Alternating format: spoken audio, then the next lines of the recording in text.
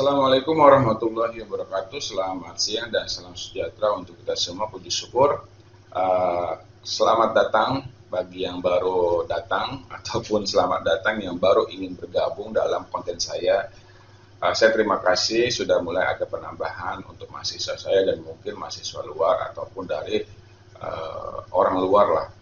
Dalam artian ingin belajar ataupun mendapatkan referensi dari konten saya ataupun channel saya. Saya terima kasih atas semua ini gitu kan. Tidak ada pemaksaan dari mahasiswa saya, dari siswa saya tidak ada. Cuma saya selalu bilang, jika kamu mendapatkan dari informasi ataupun referensi dari luar, silahkan, itu dipersilahkan saja. Seperti kita pergi ke daerah Subang atau ke daerah Bandung gitu kan, pasti banyak referensi, ada yang lewat mengarah ke Cipali, ataupun lewat seperti biasa Bandung, tol Bandung, ada juga lewat Jalan Raya Bogor, ataupun lewat dan jalur yang kamu tidak tahu, itu silakan saja. Tidak membuat bingung, tetapi mendapatkan banyak masukan gitu kan. Memang saya akui semakin banyak itu sebenarnya agak sedikit membingungkan, tetapi kalau semakin banyak referensi yang kamu dapat, otomatis kamu sendiri akan melihat mana yang kira-kira yang pantas ataupun nyaman ataupun yang mudah dimengerti, itu dipersilahkan. Saya dulu ketika saya belajar gitu kan, belajar pertama kali komputer gitu kan, banyak sekali referensi yang ada gitu kan, banyak sekali. Kadang saya belajar A, belajar B, belajar C gitu kan. Pengalaman saya pertama kali sebelum saya menjadi dosen, yaitu apa? Ketika saya kerja di daerah, saya lupa itu ketika ke Jakarta Timur, daerah Waramangun gitu kan. Saya kerja sebagai staf di sana.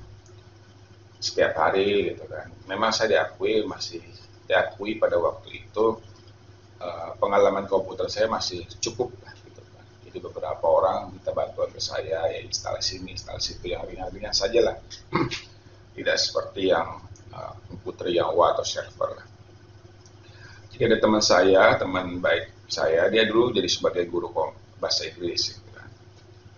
Nah ketika itu saya ketemu, nah bilang, Wan, kamu kerja di mana? Saya kerja di sini. Kemudian, kamu jadi guru nggak?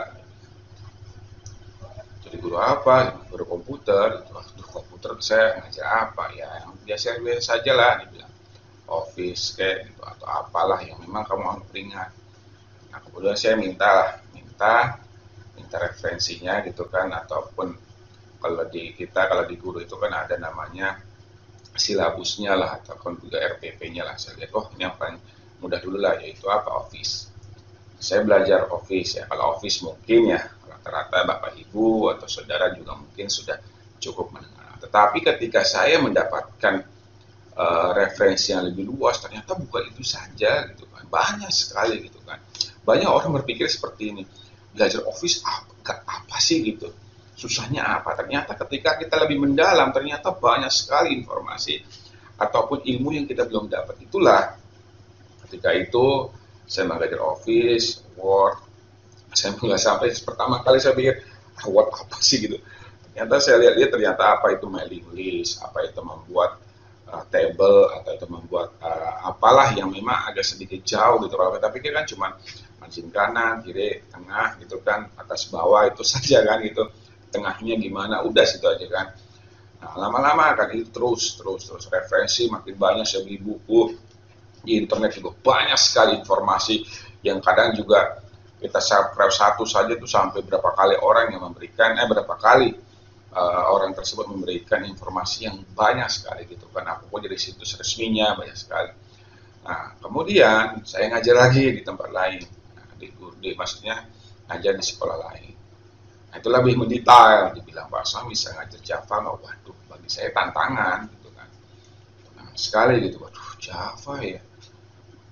Tapi pikir-pikir, kalau kita nggak tahu, kalau kita lebih tahu ya kita yang pertama tidak tahu dulu kan, saya pikir. Cobalah, kenapa tidak bisa gitu kan.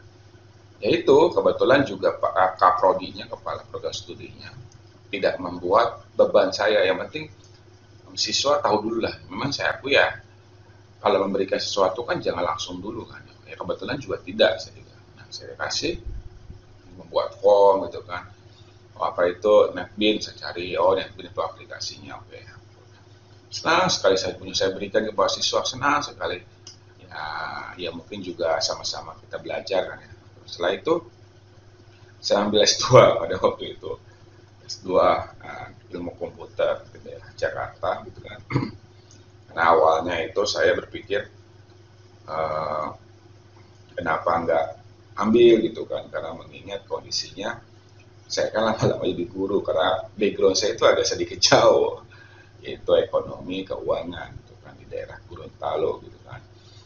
Aduh, saya bilang malu juga gitu kan, sebenarnya sih tidak masalah gitu kan, ilmu itu tidak memperlihat background itu kan. Malahan kalau kalian lihat, bapak ibu lihat gitu kan, banyak sekali orang yang backgroundnya itu sangat-sangat jauh gitu kan, malah pendiri-pendiri perusahaan, pendiri-pendiri IT gitu, banyak yang tidak apa ya, jauh sekali dari apa yang kita dapat. Memang diakui seperti itu. Cuman beda di Indonesia, memang beda dari background. Tidak mempermasalahkan lah itu kan semua kan. Karena ada legalitas yang kita harus perlihatkan dulu kan. Semua orang bilang ngomong bisa ya bisa, tapi kan harus ada legalitas gitu. Tapi dari semua itu kan tergantung dari orang tersebut. Nah, ketika itu eh, saya ambil kuliah S2, yaitu bener-bener buta, sampai kadang-kadang bisa belajar apa gitu kan. Tapi ya itulah, karena ada kemauan gitu kan, ada kemauan gitu kan. Ya saya belajar pelan-pelan sampai kadang-kadang tahu apa itu SQL gitu kan, apa itu algoritma gitu kan, apa itu um, yang berhubungan sama database, atribut gitu kan, table gitu. Memang buta gitu kan, saya sangat-sangat buta gitu kan. Tetapi ketika saya belajar pelan-pelan bisa juga gitu kan. Nah, kemudian saya ngajar lagi di daerah Bekasi pada waktu itu, saya lupa daerah Bekasi. Nah, ada ada tantangannya itu apa? Saya suruh ngajar VB6 pada waktu itu. VB6 hampir sama sih, bahasa pemrograman itu dalam konsep GUI gitu kan, konsep yang berhubungan dengan visual itu hampir sama dengan itu kan. Oh, seperti ini VB6, nggak terlalu lah gitu kan. Baru itu saya pindah lagi karena mengingat, bukan pindah lagi, pindah ke mata kuliah lain itu agak sedikit lebih tinggi, bukan sedikit tinggi, agak lebih tinggian, yaitu saya belajar VB.NET. Nah itu mulai saya senang tuh, mulai saya senang, oh seperti ini, seperti ini, seperti ini. Oh, mulai senang lah gitu belajar. Kemudian ketika saya tempat kerja di daerah sekarang ini, di kampus saya sekarang ini, nah saya pada waktu itu pendiri yayasan ditawarin untuk membuat aplikasi ataupun sistem sistem penggajian pada waktu itu. Saya cobalah gitu kan, saya coba belajar-belajar gitu kan, kenapa enggak gitu kan, ya nama juga kan kita kan mencoba gitu kan, kecuali saya sebagai konsultan harus yang upah gitu kan, benar-benar sangat kompleks dan sempurna kan saya dibayar, ini kan tolong Pak Aswan buatkan, ya saya buatkan gitu kan, buatkan seperti itu. Wah, tantangan besar bagi saya nih, cari referensi, cari referensi, cari referensi. Sampai saya tanya di Facebook, lewat Facebook, IG, di YouTube pun saya lewat tanya, lewat maksudnya ada konten yang berhubungan dengan penggajian, saya tanya seperti itu, tanya. Nah, kebetulan saya ketemu dengan seorang teman, satu kampus juga yang sekarang ini, yaitu Pak Wahyu Nur Hidayat. Nah, sampai sekarang saya masih hubungan, dibuatlah ya, alhamdulillah puji syukur bisa membuat sistem penggajian biarpun sangat-sangat sederhana. Sampai sekarang pun di kampus Pelita Bangsa pun masih pakai gitu kan. Saya bersyukur sekali gitu kan, masih dihargai. Nah, dari ini semua gitu kan kita bisa belajar, tidak ada yang tidak mungkin, sangat-sangat bisa gitu, biarpun memang diakui sangat-sangat membutuhkan kesabaran, membutuhkan konsep yang matang gitu kan. Tetapi itu semua bisa apa ya namanya, dihancurkan ataupun bisa dikendalikan ataupun bisa disesuaikan dengan kemauan kita gitu kan. Sebagai contoh seperti ini, kita mau belajar umpamanya bahasa Python gitu kan, otomatis memang sangat-sangat buta gitu. Tetapi itulah awalnya kita menjadi sebagai patokan, oh saya buta nih, saya baru benar-benar tahu akan Python. cari dulu dong referensinya kan. Oh, kita bisa ya untuk belajar ini kita belajar coba langsung menggunakan konsep pembuatan praktikum gitu kan, atau menggunakan langsung menggunakan cara teori. Kalau saya mohon maaf, teori saya itu memang sangat-sangat lemah gitu kan. Tapi saya langsung mempraktekkan gitu kan. Karena dengan praktikumnya itu akan kita belajar konsep teorinya gitu kan. Nah, saya pada waktu itu VB.NET pun saya langsung gitu, belajar gitu kan, belajar install ini Visual Studio atau Visual Express atau Visual Studio 2000 berapa lah, 2010 atau berapa lah gitu kan, langsung buka klik pilih VB.NET. Kalau Python udah umpamanya nih Anaconda atau Jupyter, silakan dikondisikan, lihat referensi.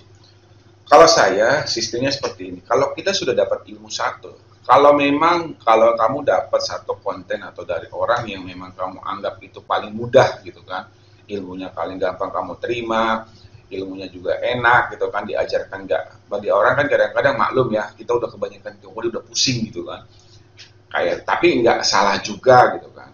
Ada juga orang belajar dulu konsepnya, baru kita tuangkan dalam satu project atau satu praktikum. Kalau saya mungkin ya tanya dulu apa yang umpamanya bagaimana mulanya, asalnya kita membuat bahasa bukan asal bahasa, bagaimana membuat project menggunakan bahasa pemrograman Python. Oh ini kalau dapat satu orang mau menganggap satu, coba itu dulu Bas, coba itu dulu Mbak. Umpamanya kan banyak sekali kan, di bertebaran di mana-mana gitu kan. Umpamanya nih kita langsung nama saya Aswan itu kan, langsung buat itu dulu. Nah, kita buat pelan-pelan dulu, pelan-pelan saja. Jangan terlalu terburu-buru, tapi jangan terlalu lambat juga jangan. Tapi kan sudah membuat suatu konsep kecil gitu kan, proyek kecil, baru kamu naikkan, umpamanya membuat form atau membuat sebagai contoh gitu, kalkulator sederhana menggunakan Python 1 tambah 1 jadi 2, 3 tambah 2 tambah 5. Nah, pelan-pelan seperti itu, pelan-pelan. Setelah membuat satu konsep yang real, nah kamu naikkan. Saya yakin kalau Anda semua lakukan, nanti akan tergugah di hati kalian itu ada passion kalian itu agak sedikit gitu. Itu wajar gitu kan. Sepertinya saja kan. Ketika kita membuat satu rumah kecil-kecilan itu kan, rumah kecil lah gitu kan, ya tipe berapa gitu. Karena kamu punya kemampuan, apalagi punya dana cukup, pasti akan membuat lebih besar. Seperti itu gitu, belajar gitu kan. Tidak ada yang memang simpel. Allah itu adil, Tuhan itu adil. Gitu kan. Tidak pernah melihat dia itu taat apa tidak gitu, apakah dia belajar apapun. Tetap kalau memang kamu bisa disadasarkan apa? Memang kemauan dan konsisten sekalian. Saya lebih senang mahasiswa bodoh tetapi mau belajar terus dibanding mahasiswa pintar cuma satu kali masuk udah hilang. Apa yang salah mahasiswa? Emang benar tidak salah gitu. Mungkin dia lebih cepat. Tapi apa ilmu yang didapat itu kan akan 1, besoknya 5, besoknya 16. Tapi kalau mahasiswa yang pelan-pelan 1, 2, 3, 4, 5, oke gitu. Itu saya lebih senang gitu kan. Kecuali mahasiswa itu memang pinginnya yang mahasiswa pintar itu yang lebih tinggi, silakan gitu kan. Tanya sekali kan, hidup itu harus pelan-pelan. Bukan mencari lompatan tinggi, tidak, tapi mencari apa? Langkah yang pasti. Saya selalu bilang ke siswa saya bilang gini, saya lebih senang mahasiswa yang merangkak untuk belajar dibanding melompat gitu. Kalau merangkak itu masih tetap belajar, dia pelan-pelan terus dibanding melompat. Ini sebenarnya sih untuk saya juga sebenarnya saat ini. Tapi pengalaman yang saya berikan ini sebagai pemrograman gitu, atau belajar pemrogramer menjadi programmer gitu kan, atau belajar pemrograman manapun itu satu, konsisten dan kemauan. Ketika dua itu sudah ada, nanti akan timbul passion, saya ingin ini, ingin itu. Saya lebih senang loh selain belajar komputer gitu kan, belajar apapun berhubungan dengan komputer. Saya senang juga belajar dan melihat biografi pendiri IT seperti Bill Gates gitu kan, seperti Mark Zuckerberg gitu kan, menteri Facebook gitu kan. Siapapun itu, mungkin kalian tahu, pasti sudah tahu ya pembuat atau penemu itu WA gitu kan. Dulu dia kerja sebagai orang magang di Yahoo pada itu waktu lalu. Saya mohon maaf kalau jika ada kesalahan informasi ya. Nah terusnya ketika Facebook muncul gitu kan, dia melamar, dia keluar dari itu kan. Keluar tiba-tiba ditolak gitu kan. Tahu kenapa ditolak, mungkin sebelum saya tidak tahu, mungkin tidak mumpuni atau apa. Dia cerita itu tiap malam gitu kan, tiap malam dia selalu melihat di langit kapan saya akan berubah, saya menjadi lebih baik. Terus kedua juga dia melihat juga gitu kan orang-orang sekitar gitu kan, saya harus lebih baik gitu kan. Apapun itu saya harus lebih baik gitu kan. Terusnya dia ada ide membuatlah itu suatu platform gitu kan tersendiri yang pada waktu itu sedang belum mungkin kepikirkan yaitu apa, WhatsApp, WA. Dia buat itu, malahan kantornya mungkin nggak jauh dengan ruangan saya ini ya, mungkin dia ceritakan itu dengan temannya. Dan akhirnya saya juga pada waktu itu juga belum tahu itu WhatsApp itu, kadang masih terkena SMS, BBM kan pada waktu itu. Dan akhirnya makin lama makin tinggi, yang lebih dari 10 juta orang pengguna dan terus menerus dan terus pada waktu itu ya. Ternyata apa? Yang dulu dia pernah melamar di tempatnya Facebook beli itu WA. Semua itu tidak ada yang tidak mungkin. Memang itu proses. Saya akui sih, kadang-kadang saya juga akui ketika saya ambil S3 ini ya di BINUS, ada rasa apa ya, down gitu kan. Itu wajar, ada di mana-mana gitu kan. Tapi ketika kita down, ketika kita apa ya, ada satu titik terendah, kita harus ingat itu masih banyak orang-orang yang mungkin lebih rendah atau lebih jatuh dari kita. Saya ketika saya di BINUS itu ya kuliah gitu down, tapi saya bersyukur, oh iya, saya masih ada kesempatan dengan kuliah S3 ini gitu kan. Ketika saya membuat satu proyek pusing minta ampun gitu kan. Padahal itu bukan dikejar target gitu pada waktu itu. Padahal saya buat itu hanya membuat untuk ya passion saya gitu, tapi kan ada pas ternyata saya masih bisa loh gitu kan, biarpun memberikan pada orang yang lebih lebih berhak gitu. Ya mungkin saja yang aplikasi yang saya buat ini, sistem yang saya buat ini sangat-sangat berguna dari mereka. Kita bersyukur kita punya komputer. Kalau kita belajar komputer, belajar pemrograman, otomatis kita punya komputer dong gitu kan. Gak mungkin cuma duduk lihat gitu kan, gak mungkin, itu sangat-sangat gak mungkin gitu. Ilmu itu kan yang pertama ya, kita datang, kita amati ya. Itu dulu, setelah pertama ya pemauan datang. Kemudian kita tulis, kita catat gitu kan. Kemudian kita praktekkan. Ketika sudah kita praktekkan pada saat itu juga, dan keempat yang terakhir apa?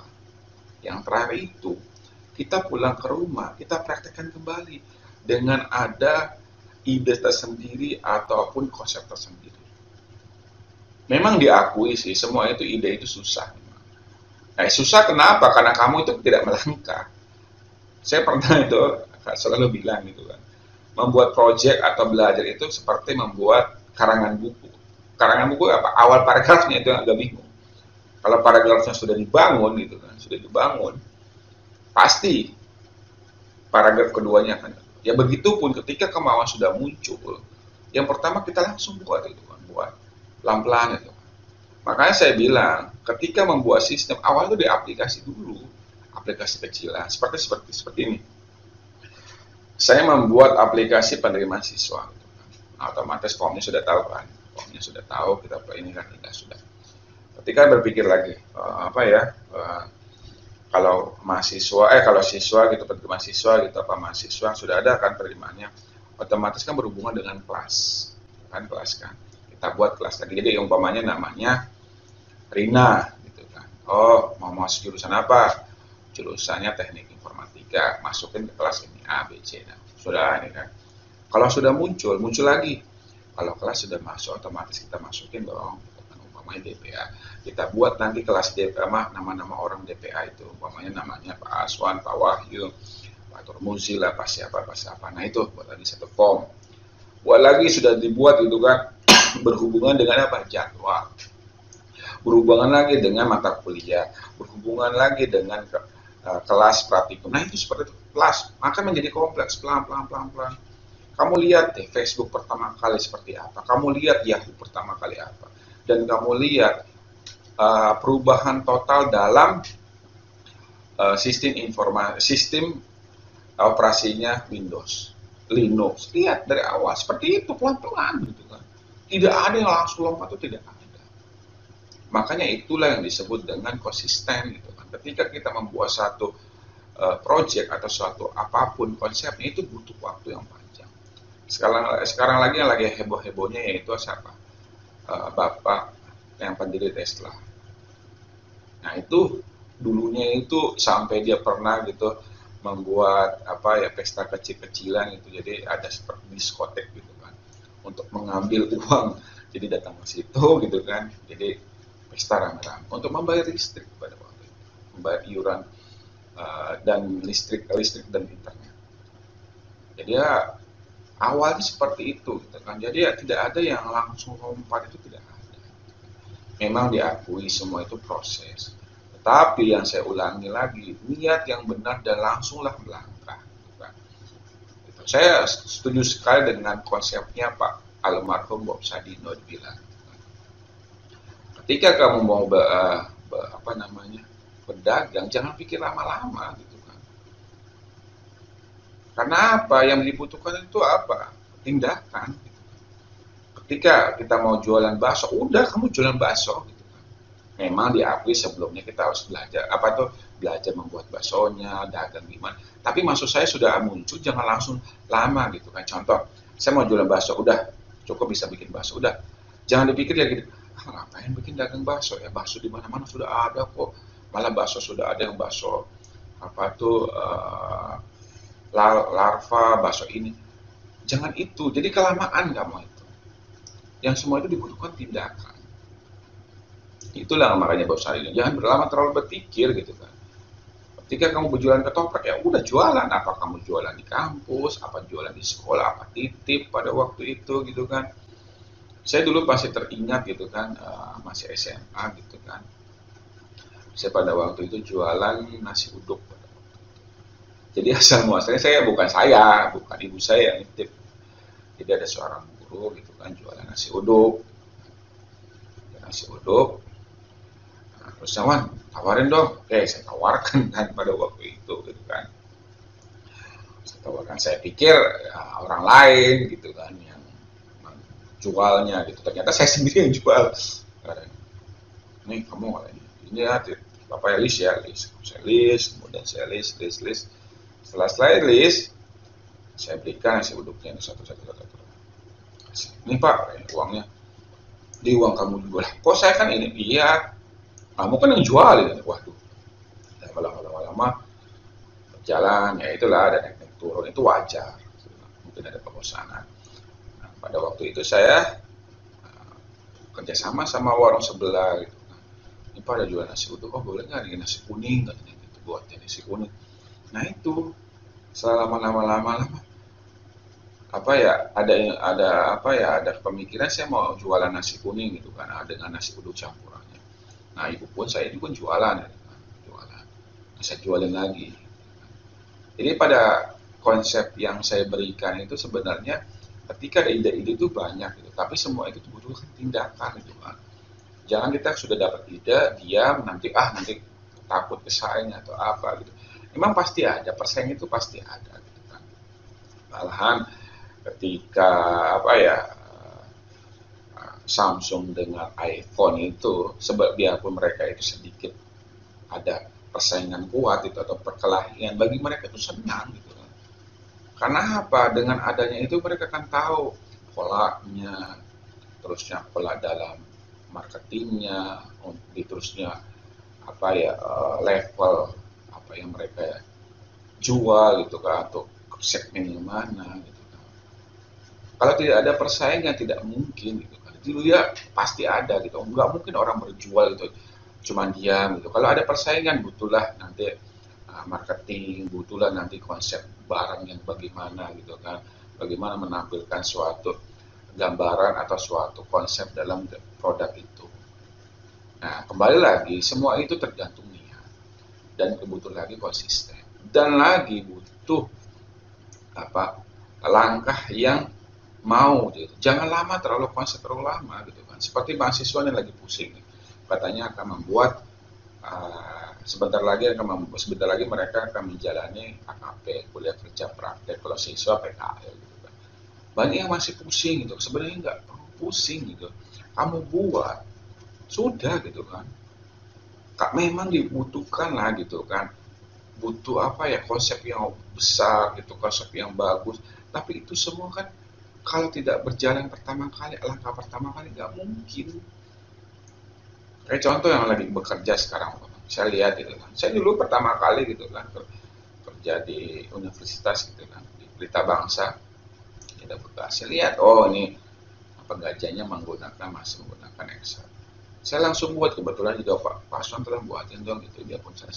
Nah itu banyak sekali, malah dulu pada waktu itu perpustakaan masih sama seperti Excel. Saya mau buat, kebetulan mereka sudah membuat sistem baru, mendapatkan sistem baru sudah. Pada baru sudah saya buat gitu kan. Jadi banyak celahnya, tapi kita buatkan dulu secara sederhana gitu kan. Nanti akan menjadi kompleks itu nanti akan lama, bertahun-tahun. Tapi itu juga butuh konsisten dari kalian dan Bapak Ibu. Gitu kan. Ini semua tidak ada yang tidak mungkin. Semua mungkin jika kita benar-benar mau belajar dan mau untuk bergerak. Jadi intinya jangan berhentilah belajar. Apa yang ilmu yang kalian pelajari suatu saat akan dipertanyakan. Saya selalu bilang, kamu nggak peduli lulusan apa, mau eskom kayak pertanian, kayak ekonomi, ini saya ini ekonomi. Tapi ketika kamu punya ilmu yang beda, itu akan dipertanyakan. Oh hebat ya kamu, coba kamu bikin ini. Apalagi yang benar-benar backgroundnya komputer akan komputer, itu akan dipertanyakan. Suatu saat ilmu yang akan kamu dapat akan dipertanyakan dan akan digali sejauh mana kemampuan kalian. Janganlah kamu itu cuma berdiam gitu, kamu mengandalkan ini itu. Mau nggak mau kamu sendiri. Sehebatnya kamu akan tetap juga kamu sendiri akan bergerak. Jadi itu pengalaman saya. Jadi dalam ini tidak ada praktikum ya sebenarnya, cuman kemarin mahasiswa itu banyak yang tanya gitu kan, bagaimana ya, ini mungkin sebagai satu cerita ataupun satu pengalaman, biarpun masih banyak sekali ya mungkin ya motivasi dari orang lain yang mungkin lebih menggugah lebih baik dari ini semua. Terima kasih, sampai jumpa lagi, nanti kita akan praktikum lagi, dan nanti kita akan bahas untuk praktikum yang lain. Assalamualaikum warahmatullahi wabarakatuh dan selamat siang.